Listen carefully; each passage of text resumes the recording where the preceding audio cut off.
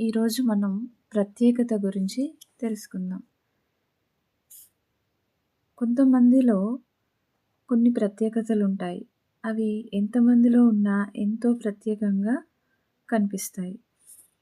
అంటే అందుకు కారణం ఏంటంటే వాళ్ళ అందమో, అలంకరణో కాదు. వాళ్ళ విలక్షణమైన వ్యక్తిత్వం అనేది ప్రత్యేకతని తెలుపుతుంది.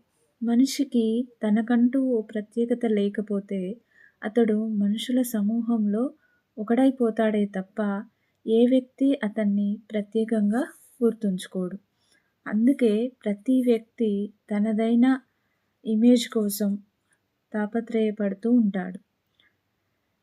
సంగీతంలో, సాహిత్యంలో, చిత్రలేఖనంలో, ఆటపాటల్లో, మేధస్సులో ఇంకా అనేకమైన ఇతర రంగాల్లో ఒక్కో వ్యక్తికి ఒక్కో ప్రత్యేకత ఉంటుంది.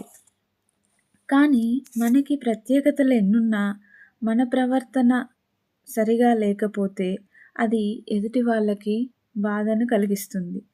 అయితే ప్రత్యేకత అనేది పువ్వుకు పరిమళం అబ్బినట్లు సహజంగా మనిషి వ్యక్తిత్వంలో అంతర్లీనంగా దాగి ఆ వ్యక్తి చేసే ప్రతి పనిలోనూ ప్రతిబింబించాలి.